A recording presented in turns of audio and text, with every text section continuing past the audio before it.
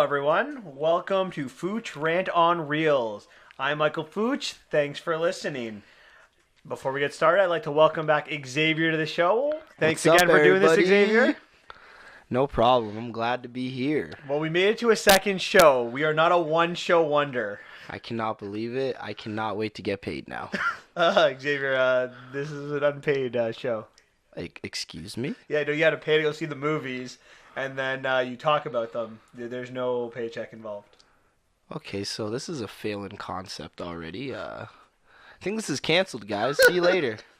That's it? You're Yeah, I'm going home. all right.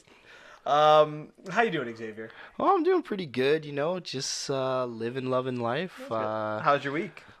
Pretty good. I saw two movies. My fantasy team won. And yeah, I can't be any more happy than that, right? Oh, yeah, no, I definitely understand where you're coming from. The Patriots, big W for them today. That'll be Tom Brady, greatest of all time. Greatest of all time. Beat the Vikings at home, so that's good. Any Pats fans out there? Shout out to you guys. I hit the theaters 4 times this week. One with you and 3 times with other people. You've been busy. Always busy. It's a lot of fun watching movies. You know that. And eating the popcorn. Not a big popcorn fan. Well, I'm addicted to it, so. I know. You can't go anywhere without popcorn, can you? No. I literally got popcorn on the way to work today, so. I got a huge addiction. You get the Uber Eats to the movie theater popcorn now, don't you? Yeah. When that happened, that was not good for me. But what can you do? So we have a lot to unpack for today. We've got 4 movies that we're gonna quickly look over, and then we've got Widows that we saw together that we're really gonna sit and review for you guys. Take a deep dive, and don't forget to like and subscribe, and also comment if you hate us. If you have any positivity, we don't want that. We just want negativity in the world. So don't forget to do that, and also follow us on Instagram. Rant on Wheels. So, Xavier, let's start with something I saw in theaters. On Friday, I went to go see a movie called The Green Book. I gotta tell you, I really like this movie. Actually, before we get into this, from this point forward, ladies and gentlemen, we will be talking about some serious spoilers. So if you do not want to be spoiled on any of the movies we are talking about, turn your podcast off now. There could be spoilers for even movies that we didn't even mention. So if you don't want to be spoiled about anything, just stop watching now. Especially when we get to our list of top 10 movies for Christmas. None of them are currently in theaters, at least on my list. Same here. So just that's your warning.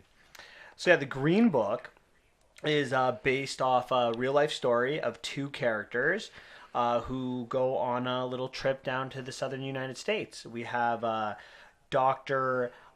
Don Shirley, a black piano player, going on tour, and he hires Tony Lip, Viggo Mortensen, to kind of be his bodyguard in the Deep South. I gotta be honest, it was fantastic. I know you didn't see it, but have you seen a preview to it? Yeah, I saw the preview. It actually looked pretty good. I wanted to see it. I didn't even know it came out, so that was bad on me. My apologies for that. No, it's all right. I gotta be honest. To me, it's a great feel good movie. The characters were fantastic. The story was great. It's when you have a movie based on historical truth, it's always good to get out there and see how things were done in the past. I know you're pretty big on historical movies. Oh yes, I love that. And this one's a really important one for people to see. It's, dealing with race relations in the United States and the South during the 1960s is always kind of an iffy subject for directors to deal with in our modern times. Wouldn't you agree with that? Yeah, everyone's kind of tiptoeing now. They're tiptoeing around serious topics. And I think a movie like this has really important messages.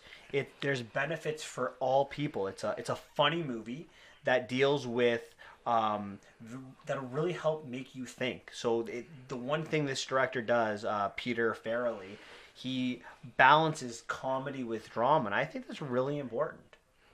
You know what else balances comedy and drama? Gotta throw it out there. Disney and Marvel always doing it. So that's Exactly. a great recipe for success. Especially when you're dealing with an iffy subject, right? You throw tone is so important to a movie. When you have a very serious tone, now everyone can get all uptight about what you're talking about. You add some comedy, it slices the tension a little bit, and it allows for the audience to really get on board. Yeah, I could see that totally working. And I got to be honest, both Mahershala Ali and Viggo Mortensen were fantastic in this movie. Can you say his name again just one more time? Mahershala, I think I said that right. I hope I did. Okay, wonderful. Just wanted the audience to really know his name. They carry this movie. This movie is, I would describe this movie very much like Driving Miss Daisy. By any chance, have you seen Driving Miss Daisy? No, I have not. It's a fantastic movie. It's almost kind of the reverse of it. It's the movie is predicated on these two actors and their dialogue. I'd say almost half the movie is them in a car talking to each other, and you're like, oh my god, that's gonna be so boring. Two people talking, but when you have charismatic characters or charismatic actors, it works and it makes it you're intrigued by some of the conversation. Yeah, really, there's some movies that can really carry that, right? So as long as you have the good cast, you're able to be exceptional in those kind of roles, right? Some movies, try to do it and they fail miserably, but that's good to hear that the Green Book was able to do that Yeah. successfully. And Tony, Viggo Mortensen's character, he's this from this poor Italian New York family. He works as a bouncer at a nightclub. The nightclub, it goes under some renovations, so he's out for work for a few months. He's this family man, two kids, wife, and he cares very dearly for them, and he's got connections. And what I mean by connections, I'm talking about mob connections, mafia connections. And a couple times throughout the movie, when he's out for work, he's asked, "Hey, I can get you some money, I can help you out," but Tony understands that he does not want That lifestyle. He doesn't want that lifestyle. He doesn't want to go to jail. He wants to be there for his children. He wants to be there for his family. So he doesn't take these jobs. Including when he's on this tour, he meets two of his buddies, and they're like, "Hey, don't work for this black guy. If you're really that desperate for money, I'll help you out. Like, we'll help you out. Like, we'll take care of you." But that means That means you got to be a wise guy. You got to Yeah. get into the family. So I really liked his character, and by no means did they make his character perfect in this movie. At the beginning of the movie, when he comes home, there's two African Americans that are fixing a window, and his wife gives them glasses of water, and Tony Viggo Mortensen, he sees this, he's like, "Oh, I don't know about this," so he takes the glasses and he kind of puts them in the trash, right, to show that he's not perfect. He's not perfect. So it's not saying, "Oh, look, see, there are people that aren't racist." It's not about that. It's about Showing growth in character. it is. He's an honorable character, but not perfect. And Yeah. and And it shows his progression as even when he does see those two guys, they speak Italian, and Don's character, Dr. Shirley, he speaks a bunch of languages, so he understands Italian. And when he thinks Tony's gonna leave, he's like, "Tony, I just want to let you know you're doing a good job, and I can promote you and give you more money." And Tony looks at him and is like, "Doc, we have a contract. I agree. You're not charging me any more money. I'm telling them I'm not doing it. I just want to have a drink with them." And again, to show you, like, he could have gotten more money, but that he asked for a certain amount, and that was important to him. there's not many people like that in the world, so that's shocking. And It says a lot about his character. and as soon as he hears the doc play for the first time, he's not intelligent. And the best scenes in the car are when, like, Tony says this stupid thing, and Doc Shirley insults him, and he takes it as a compliment. Yeah, exactly. See. Nope, not even a little bit. So, before we get off this, I know I've talked a lot about it, but I would rate this movie as like an 8 out of 10. It was very good. My question is, does Hollywood need more movies like this, more lighthearted, especially when you're dealing with race? I would say yes. A lot of movies are headed in towards a dark path, like you've seen what they did with Superman. Robin Hood is trying to be dark. New King Arthur. Everybody's trying to do this nice little dark, like much more darker movies, much more Let's say, I don't know, just a lot more serious, right? They're like, oh, what if Superman was just this big brute? But do you think that having dark characters or these dark tones, do you think that's productive? Do you think that can get people working together, creating better connections between people, bringing people closer together? Not so much. I would say kind of does the opposite. It makes us look at our indifferences, like our differences, more than what we have more as the same, right? It kind of divides the people, I feel. I think the same thing. I think that I like dark movies every once in a while, but for me, good light, good hope, like light in the light, you're gonna see hope. And if you want to make people connect, if you want to bring people together, there's nothing better to do that than to create movies that are more like The Green Book. I agree. Why not? We need more happy movies. I know it's good. How about you? What did you see this weekend that I did not get involved in? Well, I saw the movie Creep. When is that in theaters? No, it's not. It was on Netflix, and I did a little dive into it. Thought I'd give it a little go. Who's in Creep? So there's only two actors. Interesting. It's directed and acted by Patrick Bryce, and the other actor is Mark Duplass. Okay, and So- tell myself and the viewers what this movie's about. Okay, no problem. So Patrick Bryce's character is known as Aaron. So he goes on this Kijiji ad for a guy who's passing away from cancer. So he wants someone to record a bunch of videos that he's gonna leave for his son after he passes away, because he's gonna die before his son comes alive. So Aaron goes up to this abandoned cabin with this guy that he's never met before, and he starts to do some weird things. There's a little bit of a twist at the end. Joseph, who is played by Mark Duplass, is actually a serial killer. So, Wait, the guy who's filming is the serial killer. no, the guy who he is filming is the serial killer. So Mark Duplass is Joseph, and Aaron is the one that's filming. So the way it's directed is, it's kind of like a directed through a recorder. So he's recording all these things. So you never see Aaron, you just see him recording. Sometimes you do see him because Mark Duplass will take Joseph. Joseph will take the recorder and then start recording Aaron.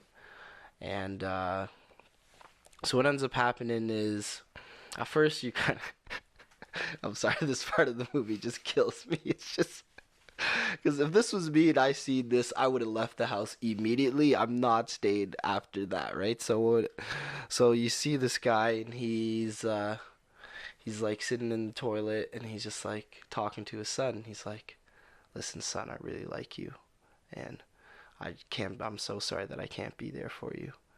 And then he just jumps into the bathtub, and he's just like, goes slowly, and he just doesn't come up. Wait, so the guy that we're seeing the entire time, he's the serial killer. No. Yeah, he's the serial killer. So the serial killer is dying. Yeah, he's not actually dying. He lied about the cancer. Oh, He's just so he pretending. doesn't really have his son coming. No. It's the guy on the camera that's going to be killed. Yeah. Oh boy. You see what happens That- at the end. Does he get away with it? Yes. So at the end of the movie, he pretty much, after he says all this creepy crap, right? So he'll ask some weird questions like, "What do you think about dying?" And like, "What do you think about death?" And he's just like, I don't know. Like, I never really thought about it. He's like, "Death is such a strange concept, isn't it? I mean, within 2 days of you meeting somebody, that's not something a normal person you would talk to about."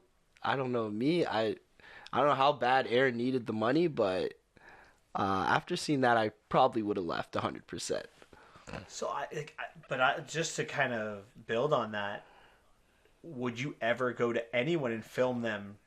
No, I wouldn't. That's the like I first feel mistake.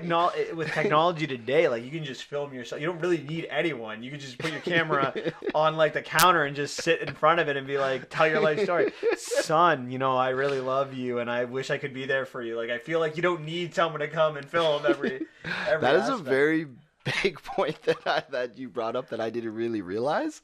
That is hilarious. The fact that he went up there even more. And if I was Aaron, my second question, actually, maybe my first question is, where's your wife? Why can't she do it for you? I mean, maybe there was something in the movie that dealt with that.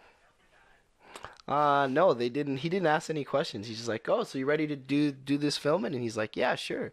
So pretty much what happens at the end of the movie is Aaron gets really creeped out, so he leaves, runs away from the house, and I just have to say one scene that I thought was hilarious. Before he's leaving, he's wearing this wolf mask, and then he told him, he's like, "This is what my dad used to give me. It's called Mr. Snuggles," and it's just the most messed up wolf mask you've ever seen. It's like a deranged wolf, right?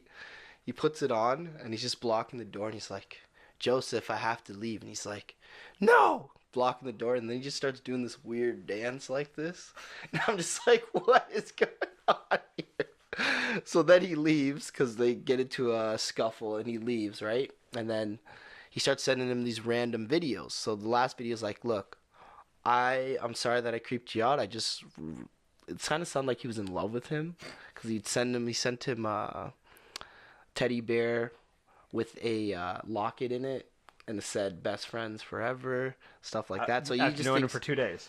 it was about like I'd say a week. Oh, after that makes that. sense. That best friends forever after a week for sure, definitely. So I'm sorry, I just loved this movie. It was very amazing, very different, but loved it. But so after sending that gift, he just kind of acted like he was in love with him. So Aaron, being a nice guy, he's like, so he sends him like, "Look, I'm sorry that I creeped you out. I just want to talk to you so we can talk about it. Can you come to this park at this time and we'll have a chat, right?" And then so the movie shows Aaron like he's recording this. He's like, "I have 911 on speed dial, and I'm recording this. So if anything happens to me, you're screwed, Joseph." And then so he goes and sits at the park bench. And then he's just sitting there, and then you see a figure come up from behind him and then he just takes out this axe, and Aaron's never looking behind him, and he just bangs it on top of his head, and then just keeps hitting him. And then he mentions at the end of the movie, he's like, "The reason, do you know why you were my favorite? Because you believed I was still a good person, and that's why you never turned around." And that was the end of the movie. And then he'll just do it again. Yeah.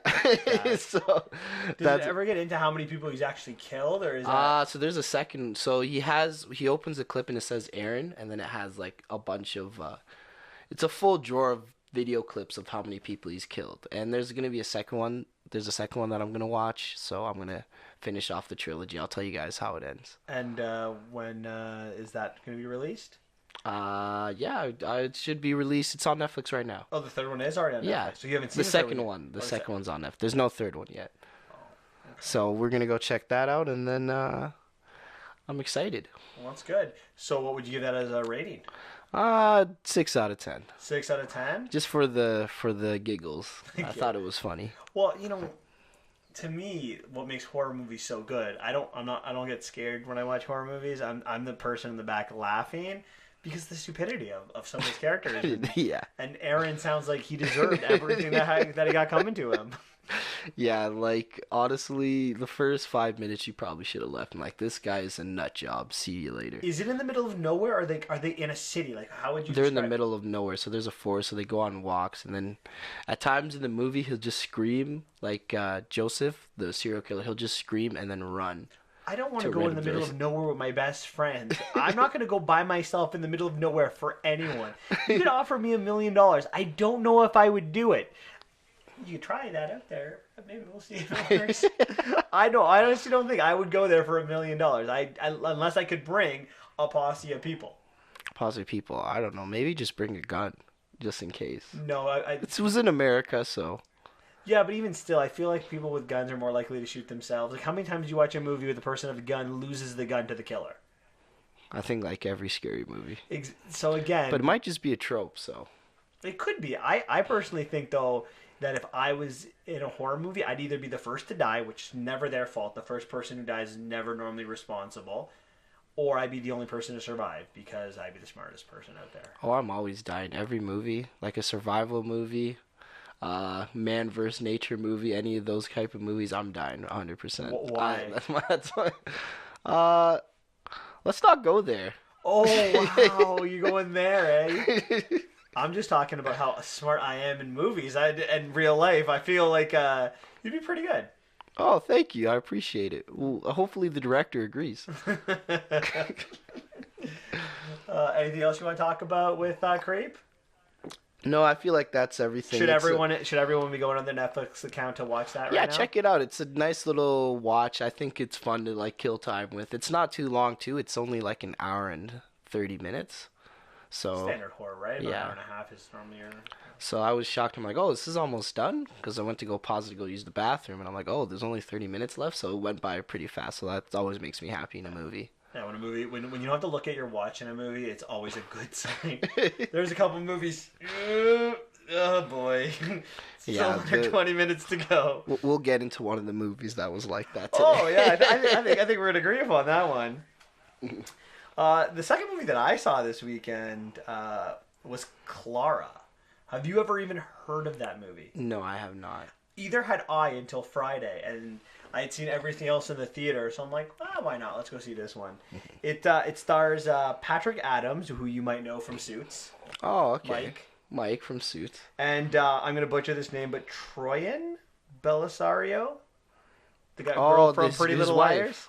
Yeah, they're actually That's his married wife in real life. Yeah, Okay, yeah. okay, interesting. And made a movie they together. play kind of boyfriend and girlfriend in this movie. Okay, the chemistry better be really good because they're married. Oh, their chemistry. I don't actually know what to make of this movie. Watching it, I think it was about an hour and like 40 minutes, and when it was over, I just sat there for a second. I'm like, I don't know what to make of this. It's a sci-fi movie. It's kind of like, if I had to describe it, I would describe. Have you ever seen the movie Contact with Jodie Foster and Matthew McConaughey? No, I have not. Okay, it's Contact, so they're making contact with like an alien life Okay. form. Meets some kind of romantic drama like Love Story or Titanic, something like that. It's like this pure love story with having contact with aliens. That's how I would describe this movie. Okay, interested. Let's Right? please. Well, I need to know more about this Right, movie. Let's hear. in just the concept of that would make you like, and you're a sci-fi guy like I am. Yeah. So as I love sci-fi. You're a big Star Wars guy. Love Star Trek. Love Star Wars. Pretty much anything sci-fi I'll watch. And even though that's the concept, it just didn't play out in a perfect way that I would have liked. The concept was good, but it needed a lot more. So basically, Patrick Adams plays Dr. Isaac Bruno, and he is one of the smartest, I guess, astrophysicists at an Ontario university. It's a Canadian film. Oh, okay. And he is obsessed with finding life on another planet. The movie kind of begins in his classroom where he's sitting in class, like listening to music, and like everyone's waiting for him to start his lecture. And then he finally takes his ear thing off and talks about like we need to find life on another planet.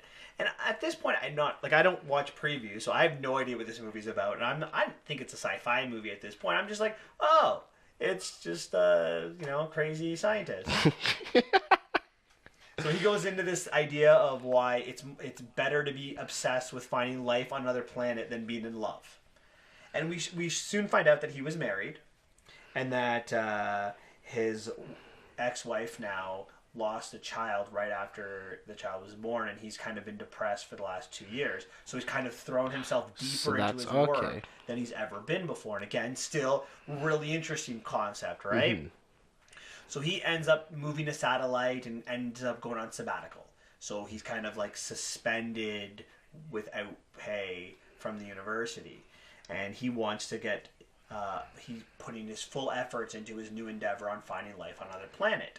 And this is where the science fiction starts. There's this company that's putting a satellite into space, and they're going to like search the entire galaxy, and it's phase 1 of 2. So the first phase is like pictures of everything. And then after a year of doing this, they're going to send another satellite into space, and the number one candidate of what planet is most likely to have carry life will now be taking the second satellite to take a really good look at that planet.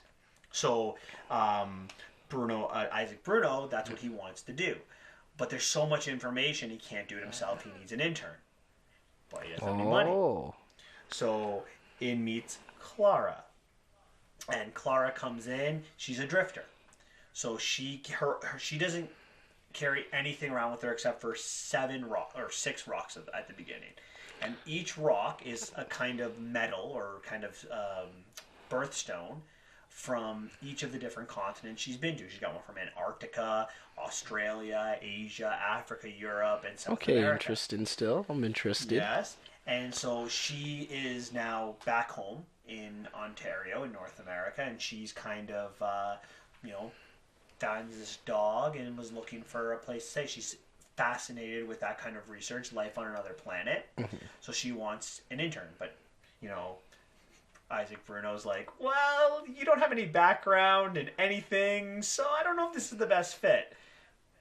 But there's no other choices because no one wants a free internship. Every university student wants to be paid. So he reluctantly takes her, and they immediately bond. So the concept is they work together, they find a planet that could potentially work. Turns out someone else beat them to the punch, and one of the reasons we find out that she's home is she's dying of some kind of autoimmune disease. It's very rare. So they eventually gotten together, love story kind of thing, and she dies. Now, at the end of the movie, with about 5 to 10 minutes left in the movie, okay. And after she dies, she gives him like one more like little speech, and it's kind of like a spiritual kind of thing, like just like use your like spirit and your brain. Don't turn your brain off. And you'll find the planet. And that's what kind of he does. He finds this planet, and it ends up being the planet. Sounds like he used something else to try and find the planet. No. I'll go into more detail with that when I explain it and in their character. But he finds this planet. He goes to his best friend. It's like, you're taking the lead, kind of showing that he's over this obsession, that he's ready to move on in life. Mm-hmm. So kind of fast forwards another like 2 years, and this planet ended up not being a planet. It was a spaceship that was revolving like a Jupiter-sized planet. And they call back Bruno to because this spaceship has sent them a message, and the message was Isaac Bruno.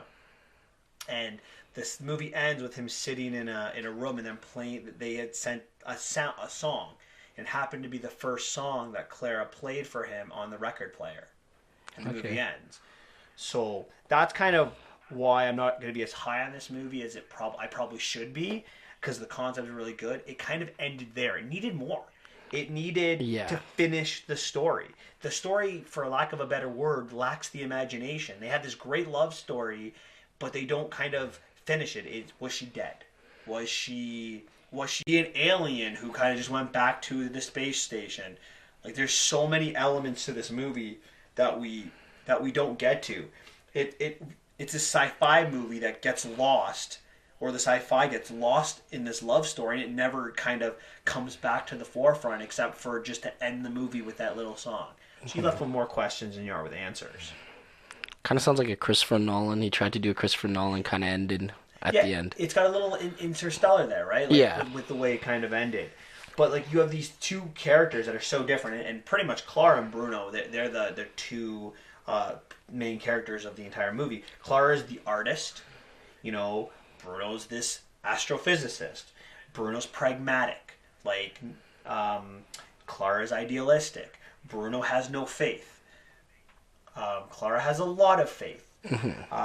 Bruno's educated. Clara dropped out of high school. So you have these two like polar opposite characters. And one of my favorite lines in the movie is they're walking after like their first breakfast together, and they've just decided to work together, and Clara asks him about faith, and Bruno's like, well, I don't really have any faith, and I think you just waste time. Like going to church every week, you just waste your time. And Clara responds, well, it worked out pretty good for Isaac Newton. And then he's like, all right, let's get to work. But it's a fun line. So, I would go and give it a 6.5 out of 10. The acting was fantastic. The concepts of the story were really good, but not the ending. Just you gotta end a movie. It's so vital because again, the plot, right? You got a great start. When you end on a climax, you do all that good rising action. You end on that climax. We don't get to see the fallout, and I think that I personally think movies fail when they don't give us the fallout. Yeah, I totally agree. It's funny that you mentioned that because I could really like Inception. Would you count Inception as having an ending, or? I think so. I think that Nolan wants you to think about whether or not he came out of the dream world. I personally think that there's enough clues to say that he didn't come out of the dream world just because of the ring. I think everyone knows the theory now where every time he's in the dream world, he's wearing the ring, and every time he's not in the dream world, he's not wearing the wedding band, right? Mm-hmm. So we kind of see that. But I think that movie really ended. Okay. What would you don't think it ended? No, I was just wondering. I was just thinking of a movie here that has not a definitive ending, right? It kind of ends on like a... I think a lot of movies to try and make the audience wonder what happened. I don't think making you wonder is a bad thing, right? They've given you the outcome they've wanted, but they've maybe shown you that maybe there's potential for the other outcome. I personally think it's a cop out when they do that. Give us an ending. Don't make. Some people are going to hate it. Some people are going to love it. But at least you picked an ending. Mm-hmm. And I think that's important. When you give people like I don't know, I want to make everyone feel like they can write their own ending. You're the storyteller. You have to tell us the story. We're not telling the story here. I'm paying money to go see you finish the story. Like, I'm paying money for you to finish the story. Like, I'm sorry. Like, I think that's important. Like, it's like, here, I'm going to make you half an hour of a movie. Like I'll give you an example from my favorite movie, from Jurassic Park. So Spielberg films the movie. The T-Rex escapes, throws the car over the hill. Therefore, movie's over. You guys can figure out what happens. Like, I want to know, do they get out? Do they not get out? Simple Obviously, the T-Rex and them become friends, and they go out and have a dinner together, so... I don't know what movie you're watching, but clearly you weren't paying attention. Yeah, but clearly Get an imagination.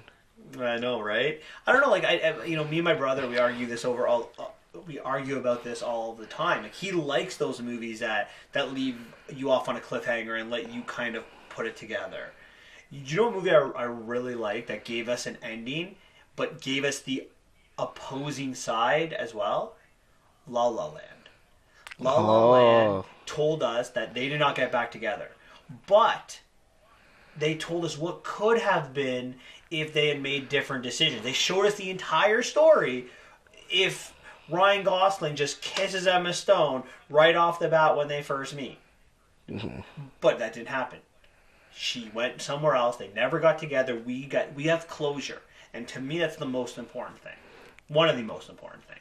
I freaking love La La Land, so I'm glad you brought that up. I know, and you know that to me is one of the best ways to end a movie. Yeah, I agree with that because you have two separate endings, right? You have like what actually happens and what could have happened. So, and that kind of gives you the need, like with this movie, where the director clearly and the writers clearly want you to create your own ending. What happened? Figure it out yourself. Use your imagination. Well, if I'm paying $12.50 for a movie, I'd like to know what happens in the end. I know what I think could happen, but I want the closure. I want to know if I'm right. That's true. Everybody, that's why there's so much fan theories of certain like TV shows and everything, right? Because everyone wants to know if they're right. And if you don't have that ending, then everyone just are stuck in forums arguing about what ends and what doesn't. Yeah, but it's like when you used to watch Flash and Arrow, and every week we would talk about where we think the season's going. We have our discussions, we talk about it, we discuss it, but at the end of the day, we get to see what happens in the end. Mm-hmm. So I don't know. I think that's important. Anyway, that's all I got to say about Clara. I would definitely watch it. But especially if you like being left on a cliffhanger, I think you would really like it. If you don't like to be left on a cliffhanger, it's kind of iffy. But it's still worth giving it a shot. Let's go on to our next movie, The Possession of Hannah Grace. So, The Possession of Hannah Grace is a horror movie. I could tell by Creep, which is a horror movie as well, that you're big into the horror films. So this one is about an addict. So she used to be a police officer. The main character is Shy Mitchell. She plays Megan Reed, and like I said, used to be a police officer. And one night when she was doing her policing, a mugger pulled out a gun on her partner, and she froze. Mugger shoots the partner. Partner dies. She goes into just A loses downward spiral. downward spiral. Ends up becoming an addict. Gets fired. Now is working at a morgue. The movie begins though with Hannah Grace, who is being an exorcism is being performed on her by two priests and her father. And long story short, the father suffocates her. She dies, but we can see her hand still moving. So 3 months later, she gets brought into the morgue, and then she terrorizes the morgue, trying to recuperate. And the more people she kills, the stronger she gets, and she's just wreaking havoc through the entire morgue and hospital. Is she a demon? Or She's possessed by possessed? some kind of demon. Okay. Now, I got some issues with her. She is definitely OP. So she cannot only heal herself, but she can control the Force as well. She's like she'd be like stronger than Darth Vader. I love how you just said OP. But that's what it is, right? She's way OP. Like the beginning of the movie, the exorcism doesn't work on her. There are two priests performing an exorcist. You normally watch a movie with a demon possession. It's one priest performing the exorcism. There are two of them, and the exorcism's not working.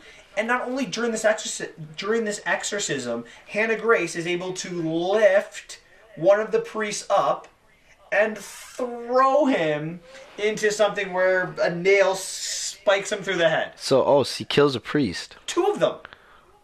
What? How'd they get to the morgue? Well, then the father somehow just is able to suffocate her. Apparently, that's her weakness, suffocation. Again, we're not this. I don't know if you know where I'm going to go with this, but not a good movie. Oh, so she forgot her powers. She forgot her powers while she was being suffocated. Oh, okay. So, and apparently, in the 3 months since the suffocation, she's been like cut. And like, so she comes into the morgue with like her throat like half off, like gashes in her hip, gashes in her leg, half burnt. It's a disaster. And she, when she gets there, she starts killing people one by one. And as she kills people, she gets a little bit more healed. Oh, so she absorbs them. Yeah, it's not a very good movie, Xavier. There are, this is how I would describe the movie. It doesn't do what it's supposed to do. A horror movie is supposed to scare you. This one doesn't scare you at all. In fact, if anything, there are just cheap jump scares. I feel like that's a problem with modern day horror movies. Like, that's all they try to do. Instead of scaring you with really creepy concepts, they try to get you with the jump scare. But is that really being afraid? If you jump, does that mean you're afraid of the movie? Yeah, everybody tries to make you jump anyways, so. I think I've jumped in like an action movie before. A jump is like something you didn't expect. Not that you're scared. You're like, oh, what was that? I kind of jumped in that Captain America Civil War in IMAX 3D when the helicopter blade's about to hit you in the face. I was like, oh, okay. Yeah, right? Like, it's just jumping. It doesn't mean you're scared. It just means you were startled. And the characters in this movie were just really, really stupid. And I'm going to tell you the character that really upset me. That's great for a horror film. What do you mean? Stupid characters make the movie. No, sorry. Not always. This one was really... the name is Randy. And Randy's the paramedic who brings Hannah Grace in. His name's Randy. Yeah, name's Randy. So he brings Hannah Grace into the morgue. And he has put the dead or carcass inside, the container that you put them in, the plastic wrap. What am I talking about here? I'm not a physician, so I wouldn't know. The body bag, that's what I'm looking for. Yeah, it's just... So he explains to Megan, to Shy Mitchell's character, how badly this girl has been cut up and how gross it is. So one of the jobs that Megan has when she gets the body is she has to take pictures of all of the injuries. Red flag number 1. The camera doesn't work. Okay. Then she has to fingerprint the victim. The fingerprints do not work. Red flag number 2. Then she just puts her away inside the place where you put all the bodies. And as she continues to walk around hallways, again, about half this movie is her just walking down hallways. She keeps coming and opening it up and looking at Hannah Grace, and she realizes after about 10 minutes that the hip gash is gone. And then she realizes the neck gash is gone. And Randy shows up again. And, you know, we know that Megan, she's got an addiction problem. Maybe she's seeing things. Maybe she can't trust herself. But Randy comes back. And she says, Randy, can you come talk to me for a second? And Randy goes into the room and looks at the body. And she's like, I could have sworn that there were gashes here and here, but the camera doesn't work. And he's like, I think so too. And she's like, I think something's going on here. And Randy looks at her. And he's like, you look like someone who has an addiction. You look like someone that sees some demons. Maybe if you caught on to your own demons and were able to let go of yourself, you wouldn't see things like this. And then Randy walks away. And then he dies, which he should. He deserved every second of that death.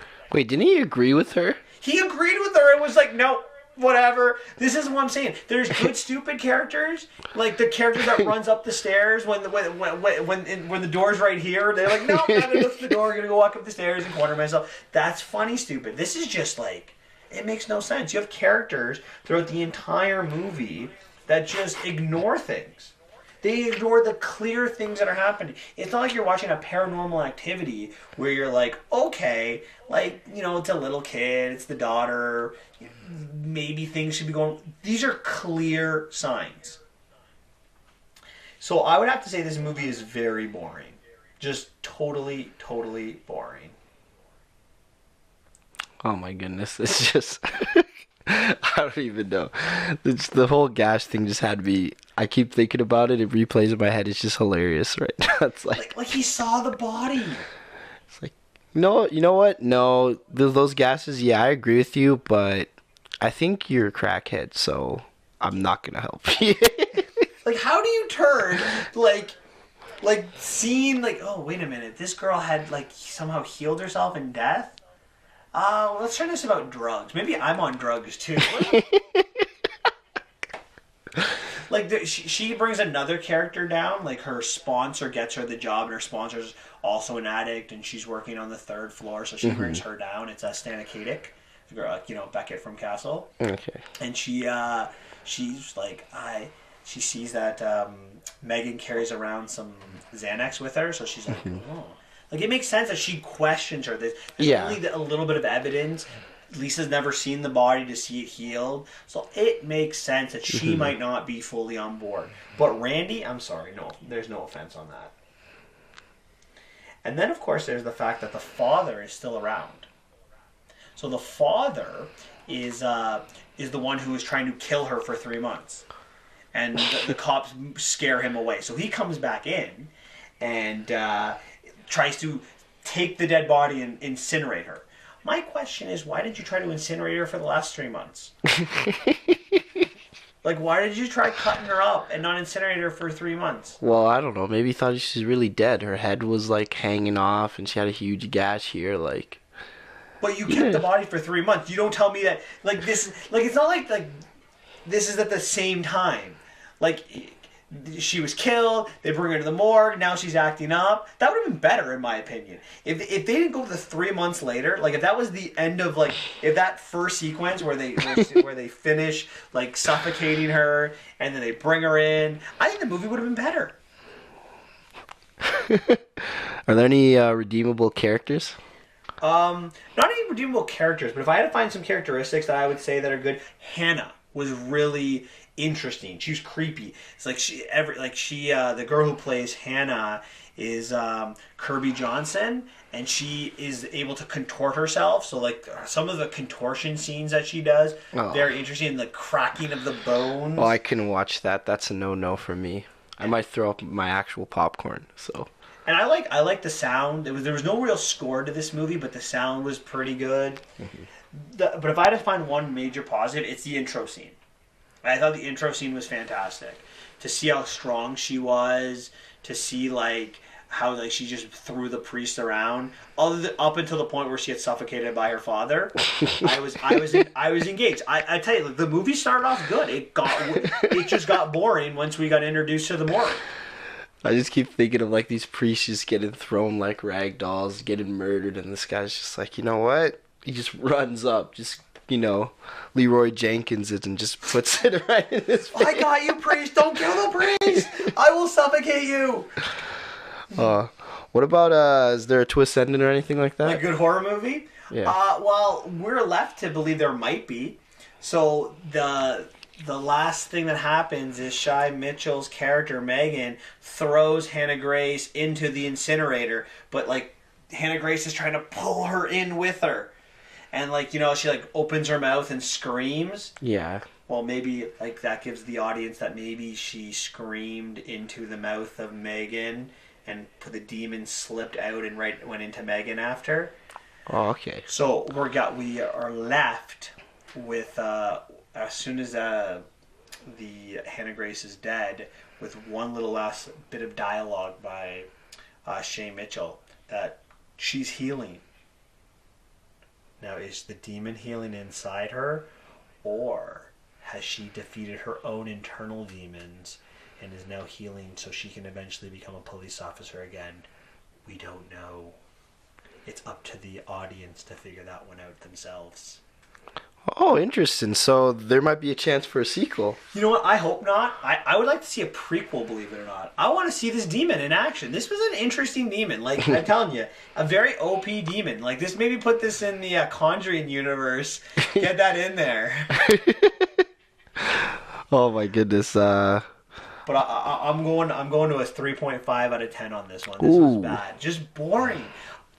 And if it's gonna be, if you're gonna have stupid characters and stupid scenes, it's got to be funny. And if I'm not laughing in a horror movie, I'm sorry, you boring me. Oh no, a boring horror movie is like the worst thing. It is, and it's only an hour. It's only 85 minutes. It's not even an hour and a half, and that's credits in. So you're sitting there for like an hour of the movie, and you're like, oh my god, it's only been an hour. It feels like 3.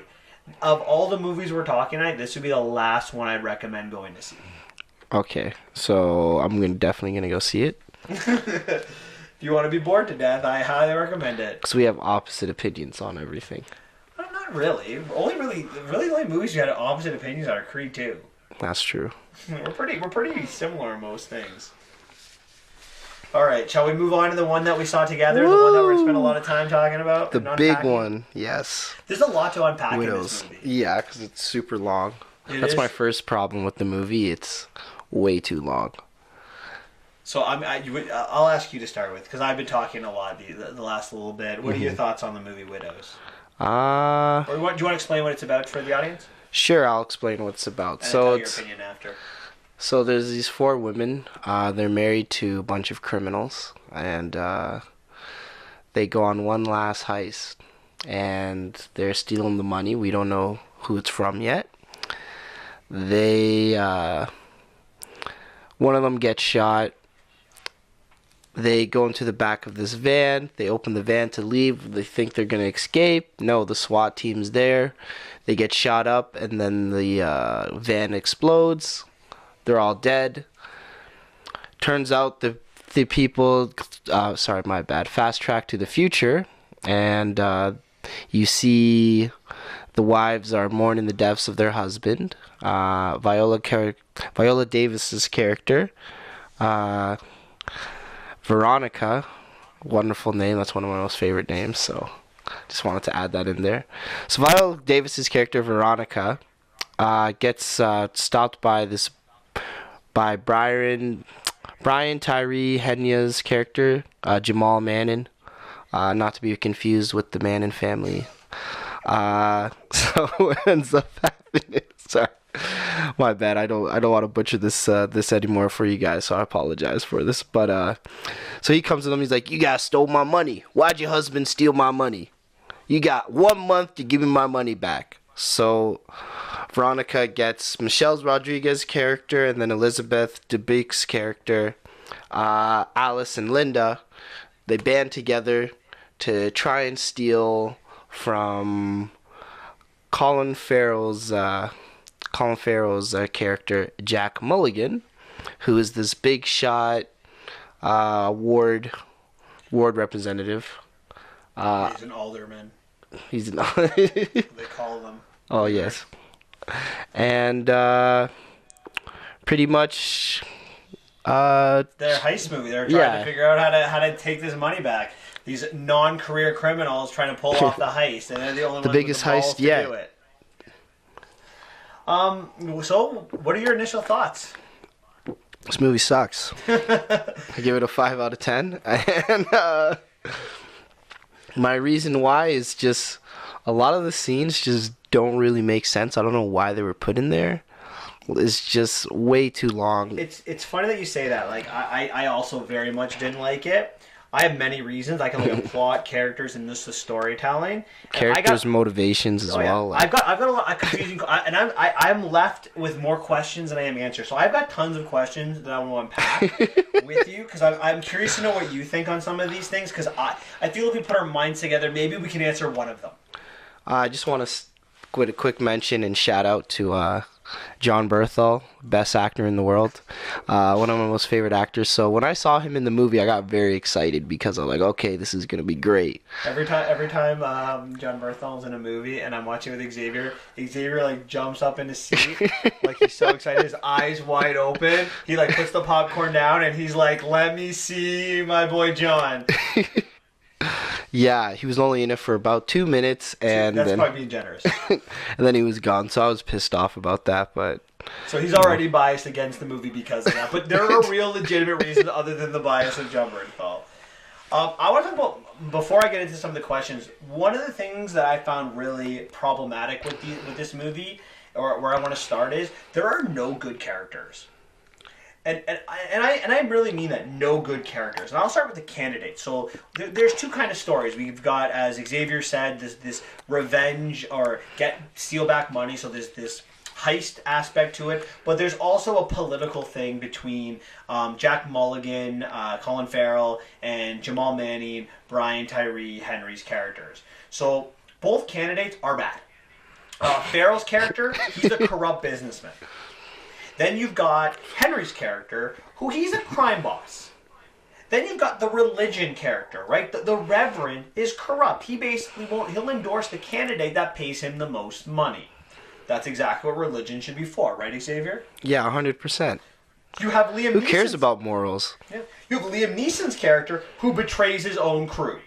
You have Viola Davis's character, who threatens to turn in the other girls if they don't help her. The girls in general aren't good characters because they all know that their boyfriends or husbands are criminals, and yet they're still with them, and no problem with that.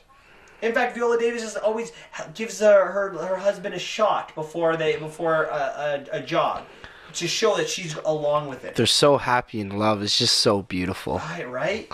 A wonderful relationship. Even the cops we see on the payroll. So you have a movie where you're not really, like, at least from my perspective, I'm not cheering for anyone. I just go, I hope everyone dies. Am I wrong on this? Is there anything you don't, like, agree with me on? No, I don't think everybody should die, you know. Viola Davis's character, yeah, she has made some questionable decisions, but I don't know if she should die for But it. do you not agree with my take? Maybe, is it a hot take that I It's think? a little hot take. But okay, so who do you see as the good character in this movie? Like, who do you look to and you're empathetic for, or you feel like, I'm rooting for you? I wasn't rooting for anybody, but I really like Daniel Kaluuya's character. He's like the worst of all of the characters in terms of motives and and actions in the movie. I like a good character, like a character you can root for, like a character you'd be like, if you had kids, you'd be like, kid, that's the kind of person you want to live up to. Oh, okay, yeah. Then by all means, none of them are. Yeah, you cannot live up to anyone. Maybe. No, yeah, there's nobody. All right. So the first first question I want to ask is, why does Jamal Manning give Viola Davis's character Veronica a month to pay back the money? Or why do you think that, I should say? Why do I think that? That's a good question. Can I throw in first and Yeah, go answer ahead, that since question? you Because I'm very this question really angers me. Does Manny need this money? apparently not, because What does he say he needs the money for? When he sees Viola Davis, what does he say he needs this money for? Why does he need the $2 million? Do you remember? for his for the run, right? For the campaign. Yeah. This will change his life. If there was no money, he does not win the campaign. That's what he Yeah. says. When he finds out the money is missing and when he tells Viola Davis, that's what he says. But he gives him a month. The election is over in a month. If you really needed the money, why would you give her an entire month? And not to add, he was winning that entire, like, he was only losing at the beginning of the movie, and then after that, he was just winning and winning. I know. It's like, why do you need the money at the end? You know, he made it seem like he needs the money for the election, but you don't. But he didn't need it. And moreover, as he doesn't, he isn't portrayed as like a horrible person. His brother is, but he's Yeah. like, he's supposed to be the understanding one. Don't touch her until the month is over, right? Like all of these aspects. But He's his brother's like the hitman, crime, the crime lord, the young crazy one. It's good cop, bad cop. so like you agree with me? That makes no sense. Yeah, there's a lot of stuff in this movie that doesn't make sense. I like to. One of my question is, what's the motive for Colin Farrell? Like the entire arc with Colin Farrell with Jack Mulligan, like that went nowhere in the movie. Oh, I have questions on Jack Mulligan. So my first question about Jack Mulligan is: do you think he wants to win the alderman role? It doesn't look like it. We have him battling with, like, the whole movie is pretty much with Jack Mulligan's character. It's him battling. He's just fighting his family's birthright. So his family, the Mulligans, have been in charge of Ward 7, I believe, is it? Ward 7 for generations, right? His grandfather, great grandfather, his father. So now it's his turn to live up to take the family mantle, and he just the entire time he talks about how much he hates it and how much he resents his father and how his father just ruined his life and how much he loved his mother. Okay, but at the beginning of the movie, it makes it seem like he does because the first Yeah. time we meet Jack Mulligan, he is talking to Jamal and saying like, "Listen, you need to step down. You have no shot at beating me. I'm 11 points ahead in the poll." He also pays Harry to steal $2 million from the campaign. Manning. So Yeah. if you didn't want to win, why are you stealing $2 million from his campaign? I feel like that was just more the pressures from his father, right? But that's the movie was showing him battling those pressures, okay, right? but then in the end, the last time we see Colin Farrell's character, he goes back to Jamal and like, listen, you're gonna win this. All you got to do is let me have the contracts. It's all yours. I don't want this. He goes to Manning and making him offers. He argues with his wife about not wanting to win. So does he want to win? Does he not want to win? He does contradicting actions throughout the entire movie. 100%. I agree with that. The second question I have for you is: does his organization actually help young black women? I feel like it doesn't. It's just more like a shade just to have it appear as if he's helping See, him. I thought that initially, but when we actually have Belle's character confront the business owner of the salon, she's like, he allows me at least to have some money and my name on something. So she seems to be all for it, which again kind of contradicts the aspect. Yeah, it's a very slippery slope that this movie decided to go down. There's a lot of issues and political topics that this movie tries to tackle, and I don't think they tackle them well, if you ask me. Another question I have for you is why doesn't Viola Davis just sell the book to Manning for the $2 million or for the $5 million it's worth? Well, her husband said that was the plan. He's like, why did you not sell the plan? This was supposed to be the plan. Remember, she's not a career criminal. She clearly knew it was worth the $5 million. We know she's supposed to get rid of it because even Neeson says it to her when they have their little reunion in the end. Why didn't you just sell the book? Everything would have been okay if you just sold the book like you were supposed to. So that gets me to why does she keep it? That's a very good question. I don't know why her decision to just be like, I wasn't quite sure what her job was in that movie Oh, that's my next question. because like her job seemed to pay pretty well, even though Oh, she's a obviously t- not oh, for the teacher. sorry, you mean her Oh yeah, actual teacher job? union. She was Yeah, in the teachers union. yeah, she was in the teachers union. So she had a pretty good She's middle condo, class, and middle stuff class. like that. Living the dream in Chicago, and I'd say a little bit higher upper class. You saw that convertible. Yeah, but don't forget, husband was a thief that stole a Yeah, lot of money. it, they still were a higher class, even though he was stealing. It Yeah. wasn't legit money, but they were sinking somebody, right? Oh yeah. Uh, but yeah, the reason why she decided to go, and I could not give you a good valid reason. It's not Not smart. the most regular people would not go into that life. I mean, if that was me, I'd be like, But there's more. I'm calling the cops. No, And there's more to it than that, right?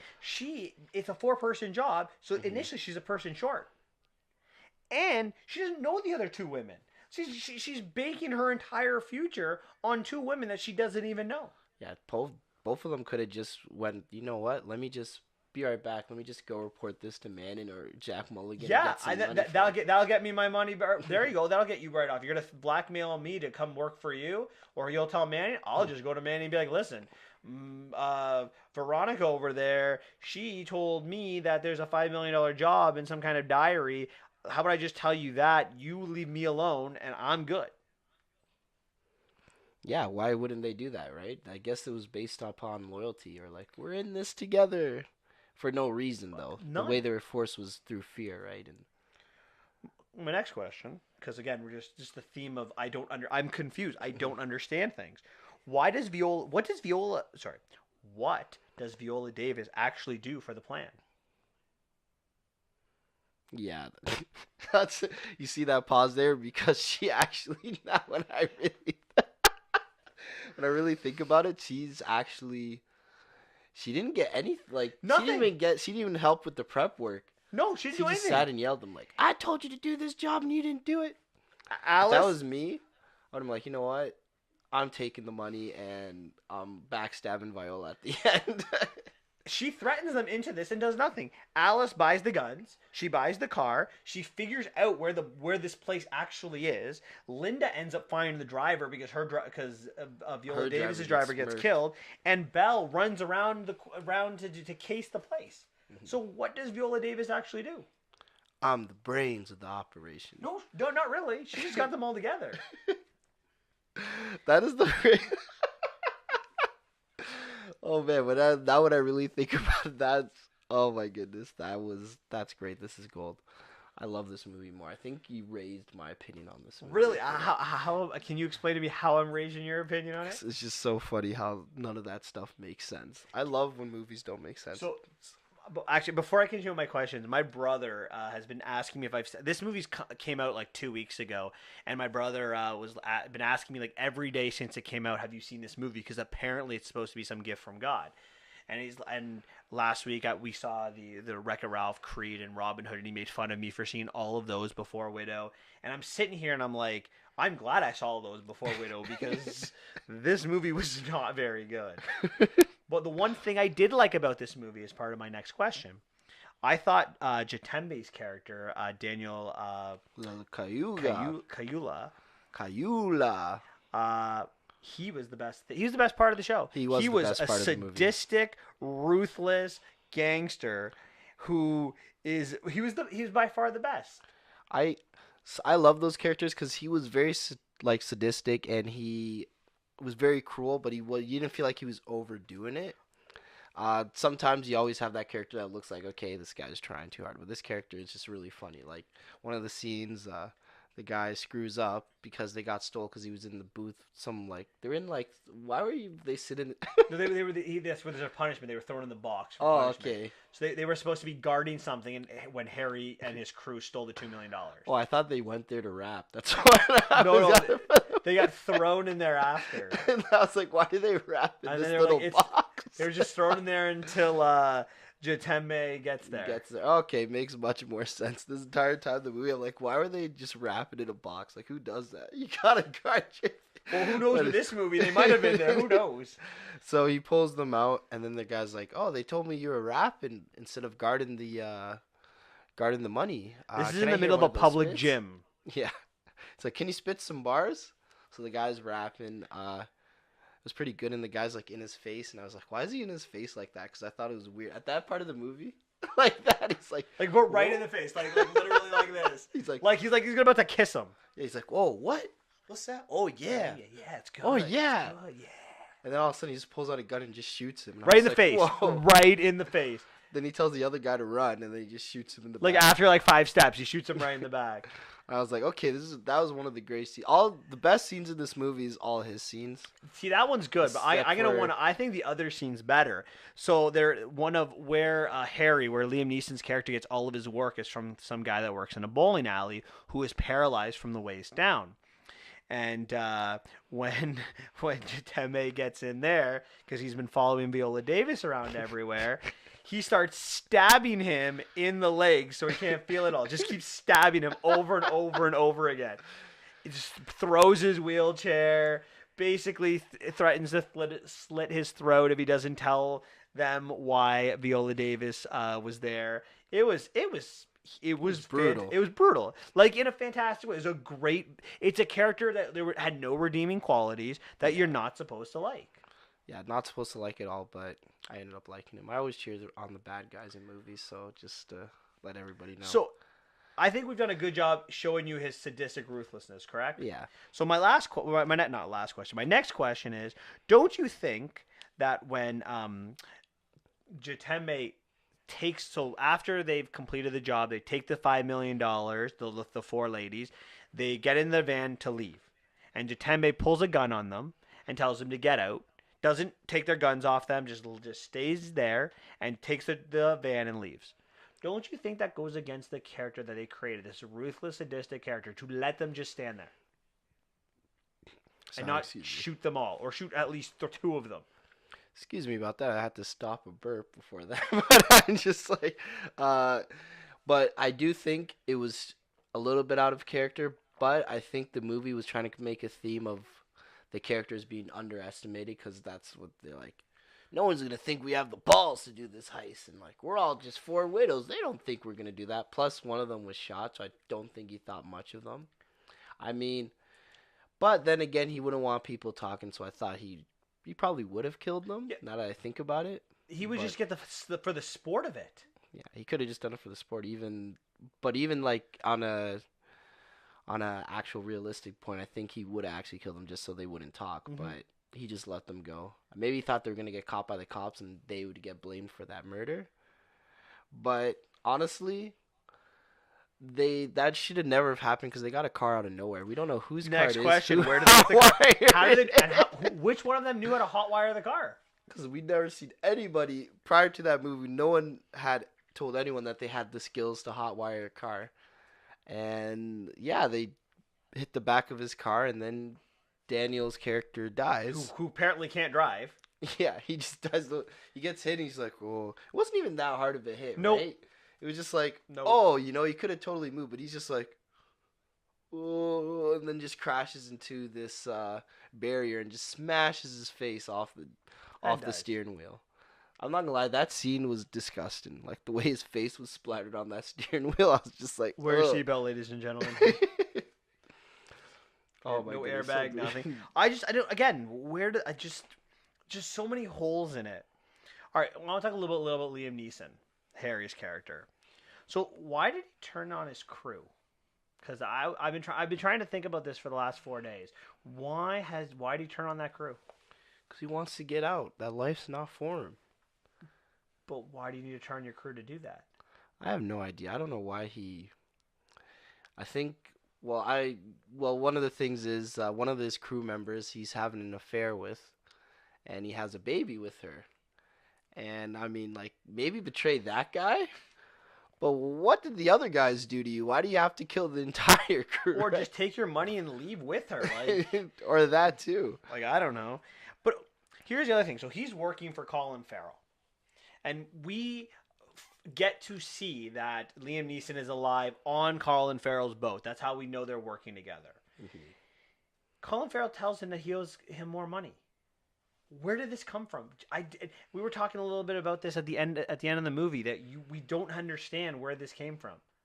Yeah, we didn't know, and clearly he didn't need that much money because he was the one they were robbing, and he had the 5 million. So where was this money going? I have no Yeah. idea. Maybe he was just greedy and wanted more. Who knows? So the second question deals with his son. So I think this is the worst aspect of the entire story. So his son was shot by a police officer. Now, initially, we even found out up until the point where we actually see the son get shot is that Liam Neeson was responsible for the son's death. Yeah. That's how the movie made it up for. That Mhm. Viola Davis couldn't forgive Liam Neeson for the son's death. Even though you don't see that at the beginning of the movie when they're together, like Yeah. at all. They look like they're a happy couple. They looked very in love. But apparently the police shot the son. And I'm like, okay, well, maybe because the son's a criminal, followed in the old man. Nope. Nope. You want to take this one?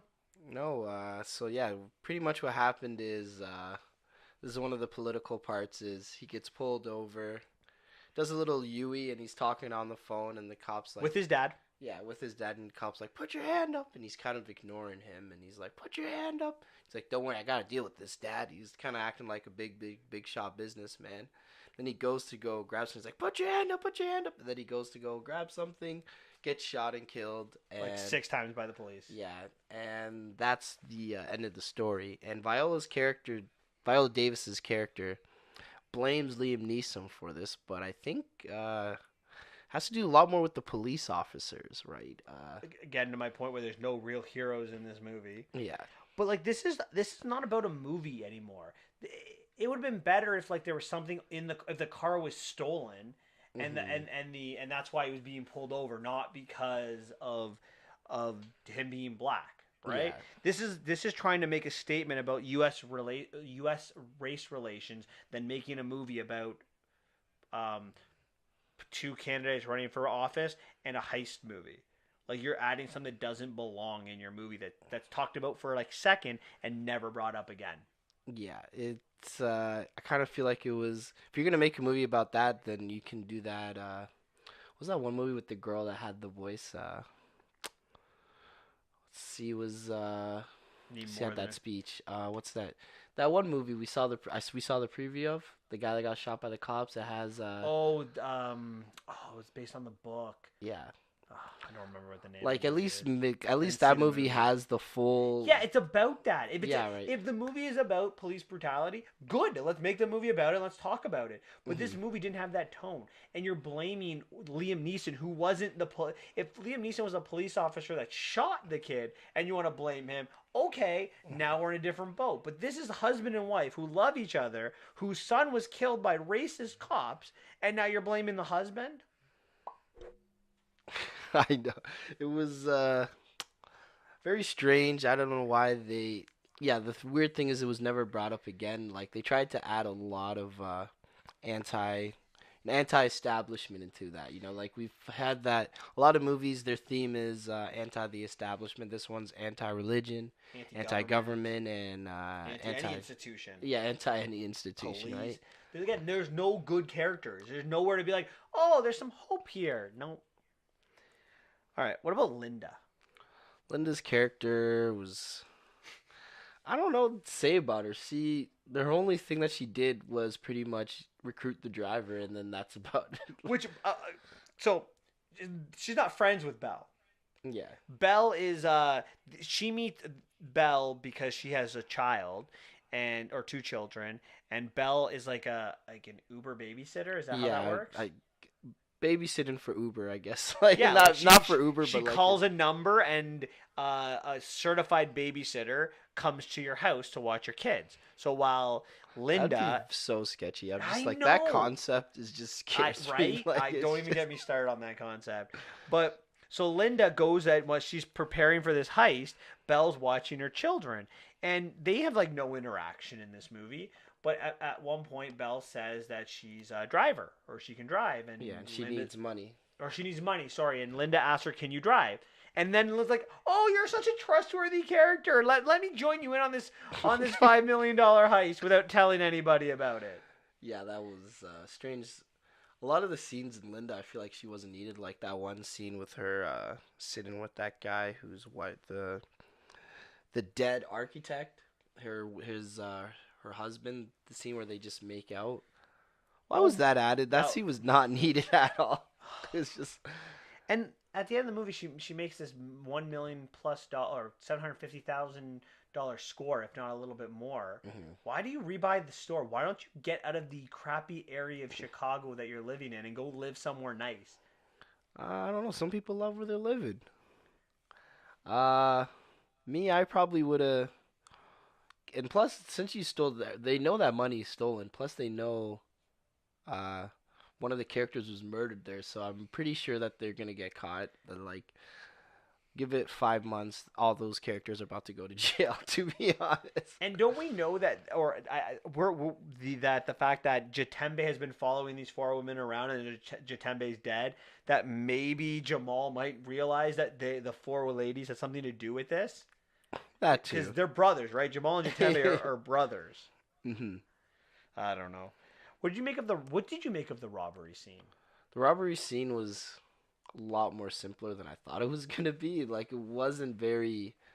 There was no tense part of it, right? The only tense part was the when Jack Mulligan's father comes in. He's like, "What's going on here? You guys are stealing from me."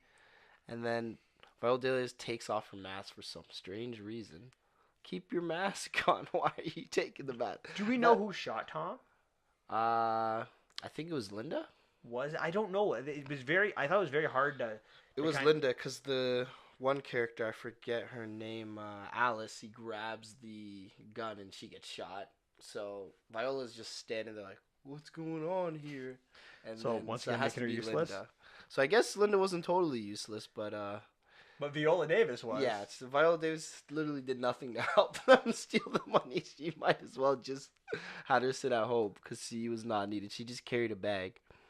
So yes, she gets shot, and then Jack Mulligan actually wins the election because of the death of his father. But they don't go into what happened. Like Jack Mulligan has no closure. He accidentally wins. He wins the election, and they don't say what happens to him after that. Like no closure, nothing like that. Literally, the last thing he says to his father is, "I'd be a lot more happier if you weren't alive. I can't wait for that to happen." Then his father gets murdered. Probably happy. Would you say he's happy about that? Maybe. Who knows? I guess that's what we have to assume now because we had no closure. But okay. On the subject of Jack Mulligan, how useless was his wife in that movie? Yeah, I don't know what. Siobhan. I didn't even realize that was his wife. I thought that was his assistant the whole She time. followed him around everywhere and said like three words in the entire movie. She just said in the back she wouldn't. I'm like, that's his wife. I thought that was his Campaign assistant. manager? Yeah, So did I. right? Until they were actually talking on in that whole car ride that you liked on the way hmm back. Yeah, that car ride. I'm not gonna lie, I enjoyed it. I just liked seeing the scene. I'm not gonna lie, I liked Colin Farrell's character because you could hear the emotion behind being that, and I'm like, he did a good job showing that emotion, but like that movie, it was wasted on that movie, you know. Well, Colin Farrell's a great actor, and he once again showed it. But he's got the charisma, right? And if and again, this sounds bad, but he's probably the character I was most empathetic for.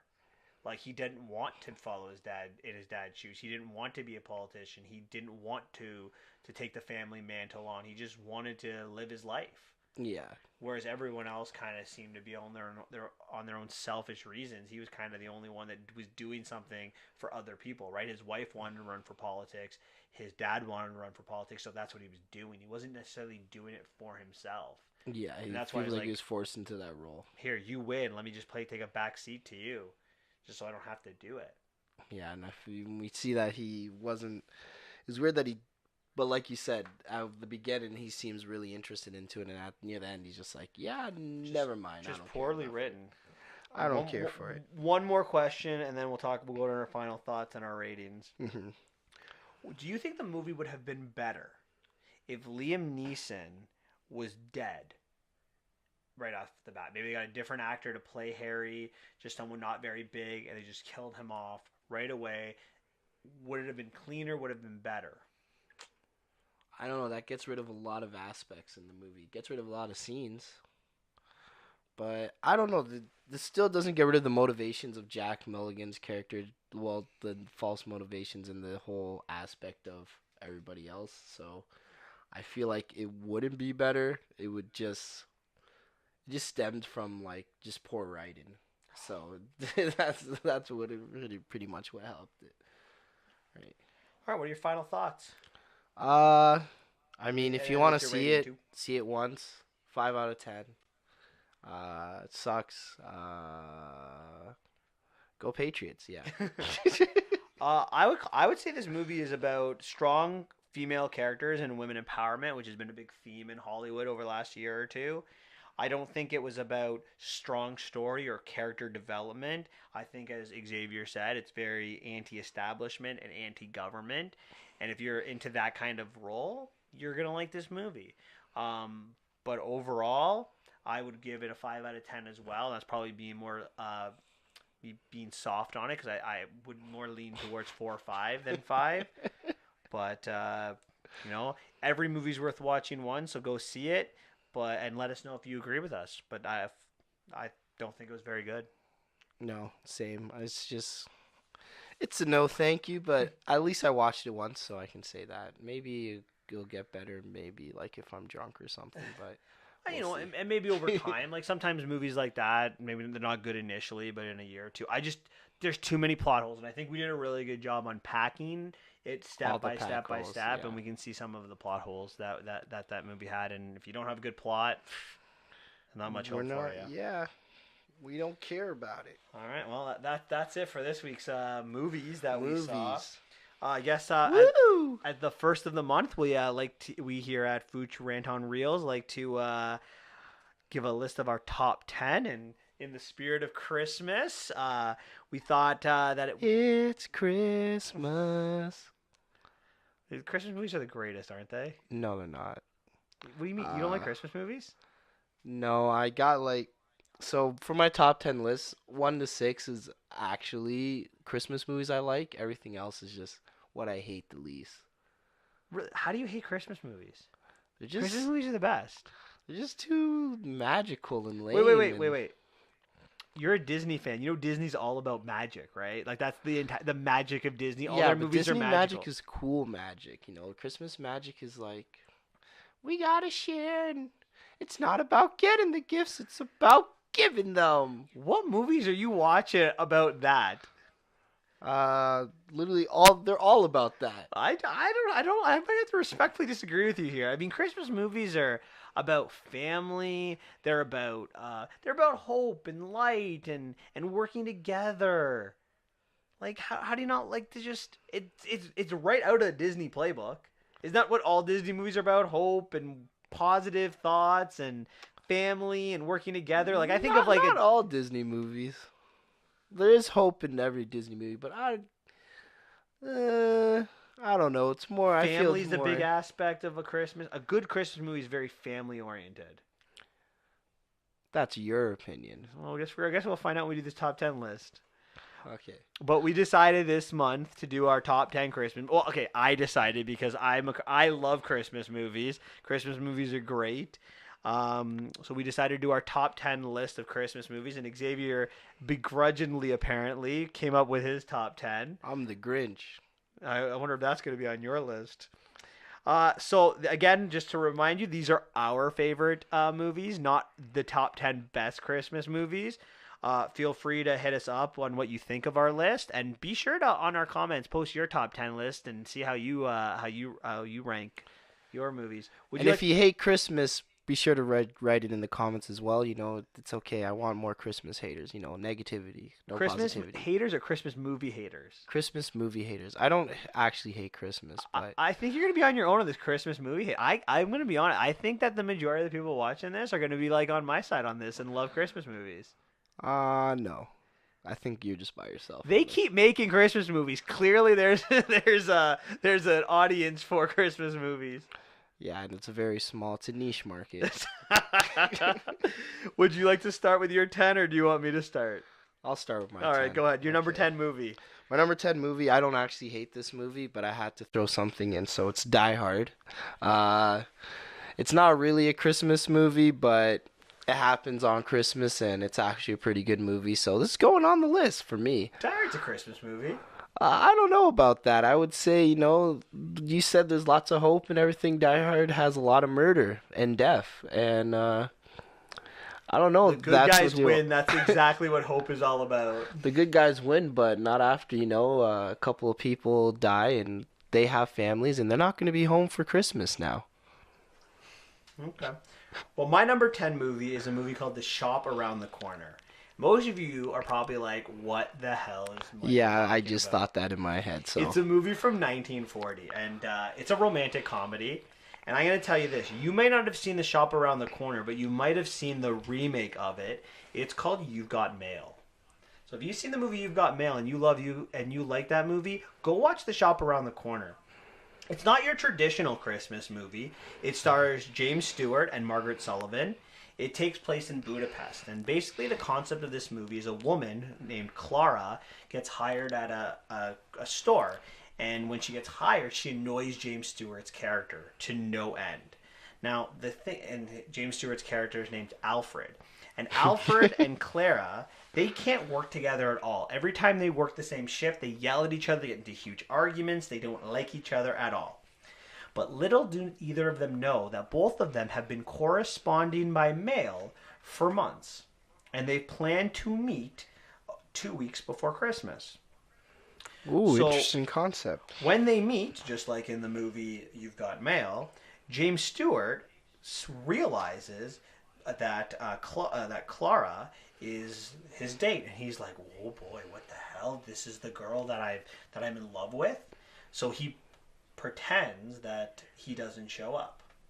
So for 2 weeks, Clara thinks she's been stood up. But what James Stewart's really been doing is kind of playing nice at work, getting her used to the idea that James Stewart's actually a nice character. So the two of them kind of work together. And on Christmas Day, he finally lets her know that he's the person that's been sending letters to each other, and they kiss, and that's how the movie kind of ends. It's very entertaining. It's James Stewart at his best. It'll make you emotional. If you like You've Got Mail, you'll love it. And I personally think this movie's better than You've Got Mail. I think it's more emotional than You've Got Mail. I know I teared up a little. Not cried, but definitely teared up watching this movie. So that's my number 10. My number 9 movie is Bad Santa. That's not bad.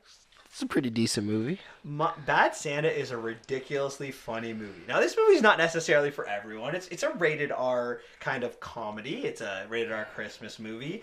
We have Willie, Billy Bob Thornton. He basically goes to a mall every Christmas with his elf partner. And on Christmas Day, they rob the bank, or they rob the mall of all of its money, and then they live off that money for a year. Willie is an alcoholic, and that adds to like a lot of the fun in the movie. I think although Willie's funny, it's the side characters that really make up this movie. You have the kid. So in the Christmas that we're on, Willie meets this kid. This kid is just not the smartest person in the world. He's been bullied. He lives at home with his grandmother, who's like unconscious all the time. So he moves into this house and eats all of the food, abuses the kid, but eventually develops a soft spot for him. We have Lauren Graham's character, Mrs. Santa's sister, who just rides Santa in the hot tub. She's hilarious. John Ritter, it's like one of his last movies. He's in it. He's hilarious. He suspects something's bad with Billy Bob Thornton and wants to fire her because he sees him like having sex with a woman in the change stalls. And then you have Bernie Mac's character, who's just Rest in peace. Oh, well, same with John Ritter, right? And John Ritter. I know. So it's really good. Each character adds to the story. The worst part of this movie, though, they made a sequel. Yeah. Of course they do. I have to say that the funniest scene is any scene with Billy Bob Thornton and the kids, right? When he's on his lunch break. And he's just having his like sandwich, and this mom with a kid brings their kid to the Santa Claus and is like, "Can you tell Santa Claus what you want?" And he's like, "I'm on my lunch break." It's so funny. You'll be laughing from start to finish in this movie. All right, so my number 9 is The Nightmare Before Christmas. So that's with Mr. Jack Skeleton, and he discovers he's sick of being scary all the time, and he discovers this wonderful land called Christmas. And he just becomes obsessed with it. I think everyone knows it's Disney, Tim Burton. You know, everyone loves that, right? And he just becomes obsessed with it, and he really tries to find the new me. He tries to bring Christmas to Halloween Town. Really like I like. I was gonna say I really like this movie, but that's a lie. So How do you not like this movie? This movie's so good. It's Disney. Now you're just okay. Go ahead. I'm not gonna. But I hate it the least. You know, it's an interesting concept, and I like this movie. I like it for that. Honestly, wait till top 6. That's when it gets good, guys. That's all I'm saying. I just don't understand how Nightmare Before Christmas is not. You consider it a bad movie. I don't think it's a bad movie. Cause it's about Christmas, man. It's just. All right, number 8. Number 8's Office Christmas Party. It's a pretty decent movie. I had some laughs. I'm not gonna lie. As a comedy, it was great. But then they always ruin it by trying to bring the Christmas magic in, and I'm just like, okay. it's just like, no, thank you. If they just added the comedy part, I would have just loved it because it was a great.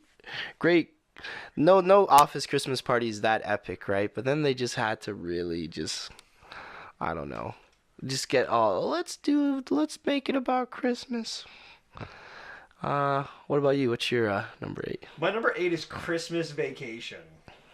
Now, growing up in my household, it was a joke. We traveled a lot, and my dad would constantly joke that our family were the Griswolds. So I always had a special place for all the vacation movies, but to me the best was always Christmas Vacation. And it starts off the best, right? You have this family, they're singing Christmas carols on their way to get their Christmas tree. And just the blunder of errors that follow that mission to get the Christmas tree. They go into the middle of nowhere. They don't have any or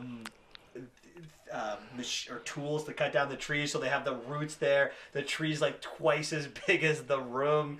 It's so much funny. The lights of the house, the squirrel scene, the family aspect that comes through it. Any of the vacation movies, but Christmas Vacation especially, is just about a dad who wants to have a great family great family Christmas. He wants to make it perfect so his family will always remember it. And everything he does just backfires. But the perfection was them all together this whole time. Yeah. No, not really. Yeah, okay, really. But it doesn't matter. It's still so good. It's Lame funny, Christmas it's magic. It's funny and great for the family. That's why you should watch that movie. It's funny and great for the family. Have you ever seen it? No. Well, maybe you should see the movie before you go and criticize it. Have you seen any of the not the remake, but any of the original vacation movies? No, I have not actually. So you should. The first one, the just regular vacation where they go to Wally's World, and Christmas are fantastic movies. Okay, I'll give it a listen. Not the second one, but I'll try the first one. Well, technically Christmas is the third one. European's the second one, and Vegas is the fourth one. Ooh, Las Vegas. They're all good. Okay. Europe is probably the worst, but I would go Christmas Vacation, then Christmas Vacation, Vegas Vacation, European. Okay. My number 7 is Scrooged. Scrooged, I would put under the hilarious category. It is my favorite author is Charles Dickens, and Scrooged is based on the Charles Dickens story, A Christmas Carol. So it's a Christmas Carol, but a comedy. And Bill Murray there's nothing else to say about him other than he is hilarious. It basically shows you how this character, who was good to begin with, in order to grow through the corporate ladder, he had to sell himself out, right? He had to give up his morals. He had to give up his time, give up his girls to follow up the corporate ladder. And he always said, when I get to the top of the corporate ladder, I'll have all this spare time so I can help you. But he gets up there and he forgot who he was. So he has to be reminded by 3 ghosts. And, he sacrifices to himself to this me first person. So he steals. He fires Elliot. He gives gifts to his brother. He steals the cab from the old lady. He sacrifices his morals. And, he has to change in the end when he meets all the ghosts to get a good interpersonal look at yourself and the actions and how it affects other people. And how, even if you don't have a lot of money or you don't have a lot of wealth, you could still have a very good time. And the ghosts are just hilarious. And there's a great story to be said there. You don't want to be a Scrooge. You want to be a good family. It's okay to be a Scrooge. Don't listen to this guy. It's okay to be a Scrooge? It's okay. Oh, be who you want. Duh. It's 2018. You can do what you want to do. All right, what's your number 7? Your last bad movie before we get into the actual movies you like. The Grinch with Jim Carrey. See, look, he agrees. Not all movies are great, right? That's a horrible movie. Anyway, go ahead. See, there we go. Thank you. I go appreciate that. Thank you for agreeing. You have proved my point. I won. I am victorious. The Grinch with Jim Carrey. I'm not a big fan of the Grinch. I hate that. I actually don't like the Grinch at all. I kind of like I'm not gonna lie. The reason why I put this in there is because I really like the song "Where Are You Christmas." It's a very magical song. The path that the girl that actually sung that is a little bit questionable, but live your life. You can do what you want to do.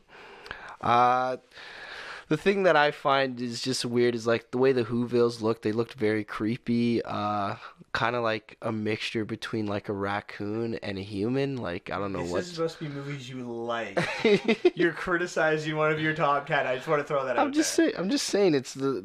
Wait till you see what I have to say about all the other movies. But these are the ones that had to crack it, right? We made a list of top 10, not top 5. So this is what we're gonna deal with here, okay? All right. I do things my own way. We had this argument. No, I'm just joking. All right, so let's go into something I actually like. All right, let's see the top 6. Let's see this. Top 6. So I like The Muppets: A Christmas Carol. So Borderline didn't make my list. So close. So really, I love the Muppets. They're amazing. I think I love almost every single movie that they put out. So I have a huge nostalgia factor here. So A Christmas Carol is one of my favorite Christmas movies. I'm not gonna lie, like the concept of it is amazing. And then the Muppets. Add on to the Muppets, it's just magic, okay? I know I hated Christmas magic, but I'm gonna contradict myself here. And I'd be a fool to say like the magic doesn't rub off on you as a person, right? Most of the time it doesn't get me, but these 6 movies, they grow on me, right? So Muppets Gift for Christmas Carol. We all know how the Christmas Carol goes, and we all know the Muppets. I love Kermit. I love Piggy. I love that guy, the Swedish chef. He always made me howl. It was great times. So, have you seen Scrooged? Scrooge? No, I haven't seen Scrooge. If you like A Christmas Carol, that's what the story is. You need to go watch Scrooge. Put it on your list. It'll make your top 7. Okay. All right. I will do that. My number 6 movie is Miracle on 34th Street, the 1994 version. Now, I am not normally a fan of remakes. This movie, though, is fantastic. And it starts and ends with Richard Attenborough.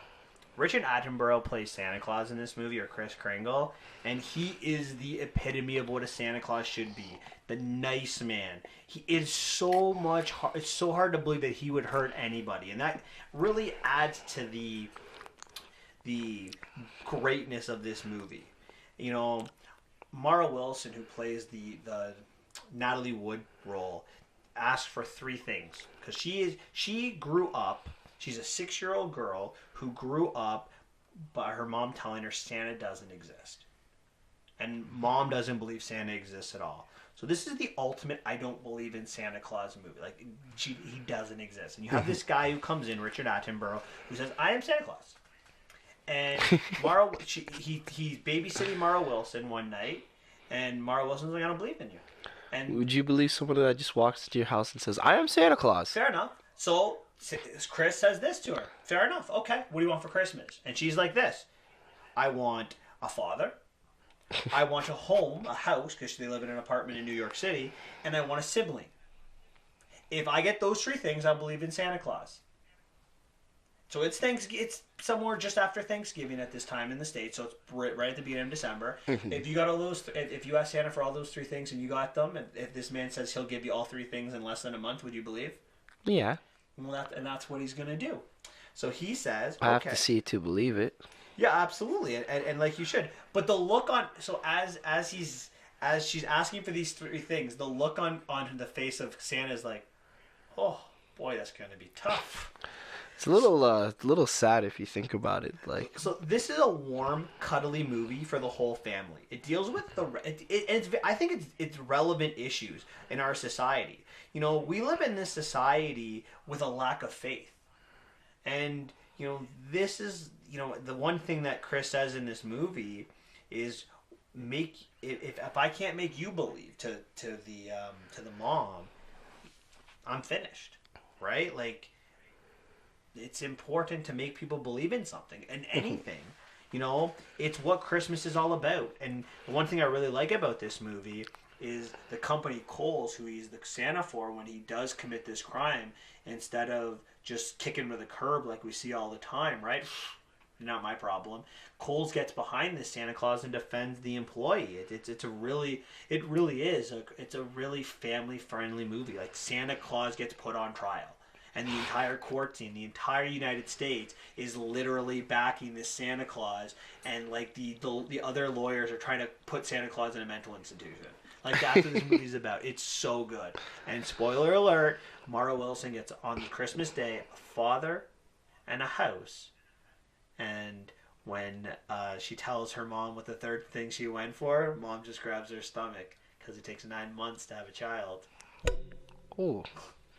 Oh my goodness. So, My number... spoiler alert, just quick question. Was it with Santa Claus? He was. He was Santa Claus. I figured. So my number 5 movie is Jingle All the Way. Wait, where's Mrs. Claus? Probably back in the North Pole. How'd she... He's just going out and doing his thing. Watch the movie. You know what? You gotta watch these movies, okay? What a Christmas movie, eh? Santa Claus cheats on his wife.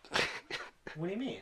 I thought Mrs. Claus was with the, I thought he... Oh, whoops, my bad. I thought Santa Claus was dating... No. So, Mara Wilson's mom doesn't sleep with Santa Claus. She sleeps with her new father, like the lawyer who's defending Santa Claus from across the hall. Oh, I thought Santa Claus was Dylan McDermott's character. Oh, okay. See, this is why you have to watch the movies. My bad. It's so good. My bad, guys. I was quick to take the... cuddly movie for the whole family. So good. Don't assume things, guys. My number 5 is Jingle All the Way. Now, when we think of Arnold Schwarzenegger, we like to think action. But I gotta tell you this, his comedic ability is highly overlooked and underrated. He plays this father who's work first, misses his son's events, and all he had to do to get ready for Christmas is to buy his son the Turbo Man doll. It was the toy of the season. And 2 days before Christmas, we find out that he didn't buy the doll. So on Christmas Eve, he is on a mission to try to find this Turbo Man doll. And oh boy, do the little antics that ensue for that last day so good. So him and Sinbad are both looking for this Turbo Man doll. It's just hilarity after hilarity. They go to shopping malls. Arnold Schwarzenegger gets into a fight with a bunch of Santa Clauses. Phil Hartman's in this movie. Sinbad is so funny. He plays a mailman. Arnold Schwarzenegger punches out a reindeer and then gives it eggnog. Some of the lines in this movie, like "It's turbo time" or "Aw, poor baby" or "Put that cookie down." So good. The final sequence with the Turbo Man, where Arnold Schwarzenegger plays Turbo Man and he flies around. It's like a little sci-fi fantasy Christmas movie. It's just a lot of fun. Again, it's family fun, it's funny, and it's enjoyable. That's hilarious that Jingle All the Way is your number five. Because guess what my number five is? Jingle All the Way. Yup. Yo, nice. So, you pretty much hit all the points that I was gonna talk about. The fact that what I like as a kid, I watched this movie again and again. Like, it was one of my favorite Christmas movies. Back in the day, it was just such a joy to watch. So, plus, I really wanted a Turbo Man toy when I was younger. That was amazing. Uh, so the fourth is Rudolph the Red-Nosed Reindeer. That stop motion, that crappy animation, weird thing. I don't know. It has a special place in my heart. It's just, I don't know how to say it. It's just Silver and gold. You're right. It's like the way it looked, the way that little monster, the Yeti, becomes the friend at the end. The Rudolph being made fun of. Just Rudolph, like, oh, he even gets a girlfriend at the end. It was just a great movie. It's not very long, but when Christmas time came around, that was one of the movies I was most excited for. That's how I knew. I'm like, oh yes, Christmas is here, and I'm probably gonna watch it once this year. You gotta watch get a it little every bit year. of nostalgia back in my life. It's your number four. My number 4 is Home Alone. And I can kind of do this together because my number 3 is Home Alone 2. So I'm going to kind of combine these two movies. Okay. I'll start with the first one. The movie's about forgetting your kid, right? This 8-year-old kid stuck at home, and he learns about responsibility, shopping, overcoming your fears, right? He's got to go in the basement. He's got to meet the next door neighbor. He cleans the house after it, so like it looks like nothing bad happened except for his brother's room. Harry and Marv, the wet bandits in the first one, robbing the neighborhood, Kevin having to defend his home. It's just a fun movie. And the second one to me, the second one's better, but very close, because they could do more by going to New York, going to his uncle's house.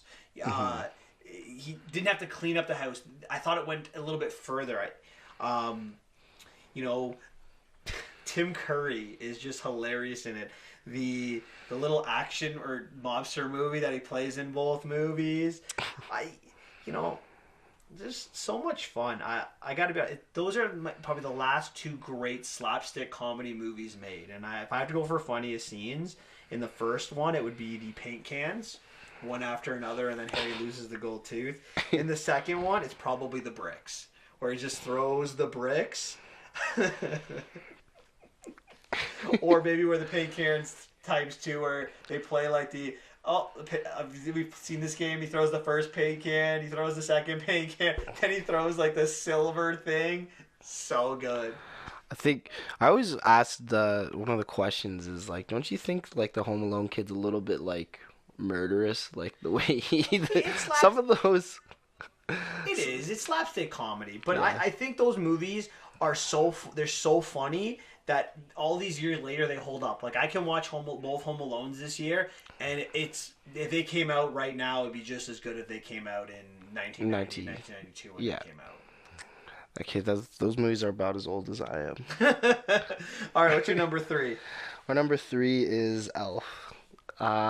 Big Will Ferrell fan. Back in the early 2000s, I loved Will Ferrell, and I like the concept of this movie. This guy, he never knew he thought he was an elf the whole time. And I know it sounds weird because he looks at everybody else and they're all small, and got this giant man just walking, towering around, and he's just dressed up as an elf, and then he just goes into New York City or whatever city he was in, and just looks like a buffoon. Everyone's asking him like, what's wrong with this guy? Could you just imagine just seeing some tall guy just like, hey, I believe in Christmas.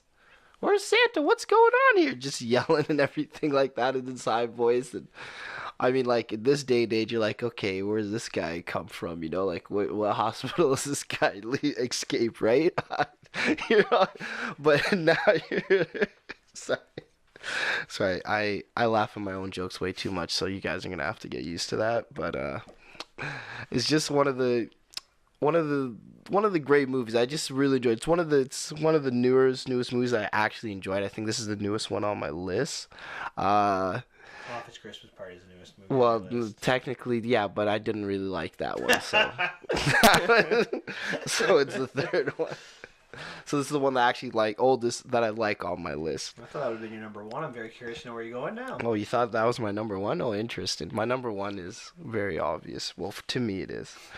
My number two is Home Alone. So I agree with you. Just a fun movie, great little laughs. Even though that kid should probably be in prison for attempted murder, but No, they broke into his house. You can defend your own home, and he's 8 years old. No jury in the world will convict yeah, I know. him. It's just oh, That okay. kid should be hired by the government to help them solve problems. But yeah, I agree with all your points as well. Like just a very fun Christmas movie, and it's enjoyable. I don't. What else is there to say about it? It's just We can talk about it for hours. yeah, Probably getting bored of us already. yeah. People would probably be like, okay, like you guys like Home Alone? Okay, cool story. It's not gonna get us likes, bro. No. We need likes. All right, what's your number two? My number two movie is It's a Wonderful Life. I don't know if you've ever seen that movie, but it's also from the 40s, from 1946. And you just love these oldies. It's, you know what? My mom would be disappointed that it's number two. This is my mom's favorite movie of all time. My mom would be like, how is this not number one? And you know, it might be from the 1940s, but every year on Christmas Eve and Christmas Day, this movie will be played. It'll probably be played on other days leading up to the Christmas season. It is about. There are two main morals in this story. The first is riches, or what it makes a rich man, is not the amount of money you have, but the amount of friends that you have. And that the impact you have on your life is a lot more than just the what you can see. And the concept of this movie is George Bailey is about to kill himself. And everyone in his city is praying to God that they can help George because they know he's going through some tough times. Mm-hmm. So the head angel talks to Clarence to kind of to set us up. So we know George Bailey saved his brother when he was an infant, or not an infant, but like as a child. He saved a pharmacist from giving out almost faulty information. He always seemed to give up his dreams for other people. He gave up his dream to go to college to run his dad's business after his dad had a heart attack. He gave up his money to go on a honeymoon to save his business. He has 3 kids, he has a wife. He has a lot of impact on a lot of people. There's other things too. Mm-hmm. But in the end, everyone helps him, right? It's a timeless classic. It has it all. It's got family, it's got history, it's got comedy, morality, faith. It's got everything. This movie is one everybody should see. It's a Wonderful Life.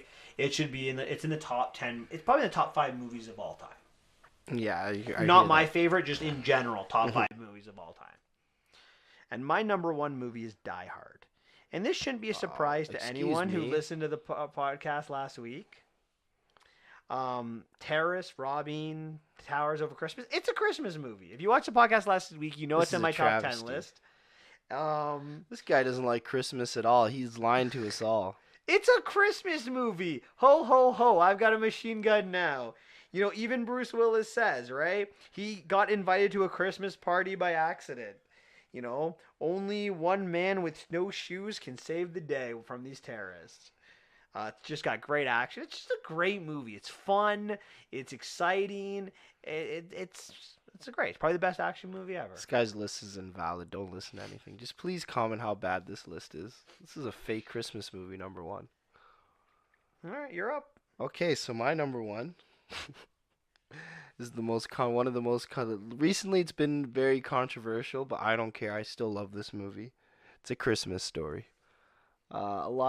Lately it's been getting a lot of slack for racial relations, and I apologize, but me and my family, we grew up watching this. I remember one night we were just flipping through the channels, and then we saw this movie, and we watched it, and we thought it was hilarious. Like, we loved this movie. It was great.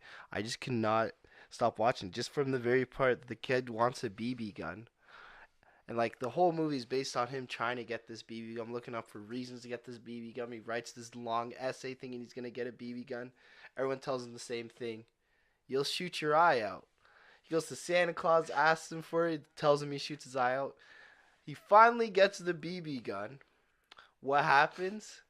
He shoots his eye out.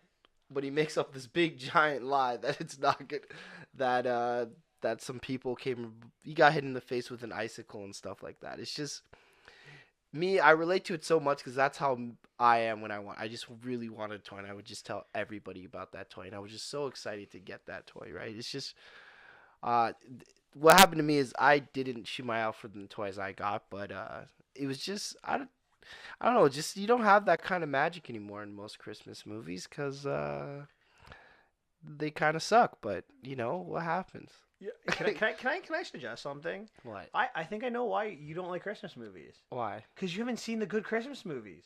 Like Excuse me. I look at your list, and I gotta be honest. You think you're making fun of my list? I bet you that especially when that my list we get, if we put like against like, my list we get more likes in your list.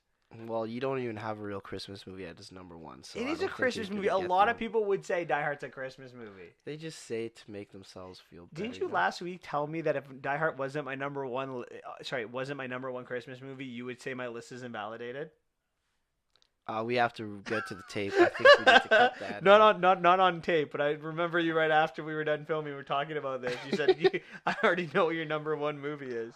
I said I do it. I just knew it's not a Christmas movie. Oh boy, takes This place is a- on this is- Christmas Eve. It's a Christmas party. It's just like Office Christmas party. It's the exact same thing. Okay. It's a Christmas party that We will Principal is going agree to disagree. Fair enough. But I would tell you, you got to watch some movies. It's a Wonderful Life. I You gotta watch I got Scrooged. I gotta get some catching up to do. Yeah, you got to watch some. If you watch, I don't understand how Home Alone 2 is not on your list. I thought we could only do one Home Alone, and I did want to put both of the same movies. So yeah, your list is also valid. 'Cause you put two of the same movie. Well, not the same movies, but two Home Alones. So I'm just saying. I bet you if we you have to pick one. on the comments, if you guys would He's like to missing two movies on his list. do me a favor on the comments, please write which list you like better, mine or Xavier's. Have a vote. I On know I'm general. gonna win. You know what? If you win, I will respect the people's opinion, but I have faith that the people will go in the idea of hope and perspective and family than juggernauts all over the place. Juggernauts. I don't know what you're talking about. This list is the best list I've at the time. It's sometimes you have some struggles. Trying to figure out what you like, but You put no, I'm sorry. You know Die Hard was on your list too, right? yeah, I said Okay. number 10. I said at the beginning that it doesn't really count. I just put it there because I just now I'm not even speaking properly. I said put it there. What is No. this? The Rugrats? I can't talk like that. All right. So there you have it. There are our lists. Please comment on which list you like better, mine or Xavier's, because one of our egos need to be stroked. And please leave your own lists and of your top 10 movies to see what we left out. I know that there are a couple like Muppet Christmas Carol and The Grinch and the Santa Claus that were very close to making my list. How the Grinch, the new one in theaters, but How the Grinch That Stole Christmas wasn't even on my radar. Fair enough. So just we're at that time. We're at the end of the podcast. We're near Thank the you. end. Thank you very much for sticking to this long podcast. Please subscribe to our website and like this video. And Xavier, thank you again for coming. Always a pleasure having you here. Thank you for having me. I really appreciate it. I know my opinions are probably the worst, but Well, we're gonna find thank out. you for, I like how letting me on. you just said your opinions are the worst. Does that mean my movies are better than Not- yours? Not on that. Not on that. So Christmas. other than that, your opinions are the worst. Other than your top 10 list. Yeah, that's the only thing I'm proud of in my life right now. Well, for next week, it doesn't look like there's many movies coming out. We're hoping Mary Queen of Scots opens around here. If not, we'll see what we can do. But what we are planning on doing, hopefully Xavier can stop by again because I think he will really like this, is in the second week of every year, we'd like to do a flashback to a classic movie. And in order to get you ready for Bumblebee coming out in a couple weeks, we are planning on reviewing the first 3 Transformers The movies. Shia LaBeouf trilogy. The Shia LaBeouf trilogy. I will definitely do that. Yeah, should be back you'll be back next week? Yes, I'll be back next Oh, week. awesome. I love the Transformers. Well, not the movies, but the concept of Transformers. So we should maybe we'll have some disagreements next week then. You don't like Transformers? No. Well, What's wrong with you? well, Okay. you can find out next week. Also, don't be afraid to like us on Instagram too. Do you even have an Instagram? Oh, no, I do not. So why are you telling people to like on Instagram if you don't even have one? So what you're saying is This man is a liar. He's making you do an extra work. you know what? I will get Instagram. Will that help you out? Yeah, and update your list for Christmas, please. Thank you guys. Have a wonderful week, and hopefully we'll all see you next week. Don't forget to subscribe and like us on Instagram. See you later, guys.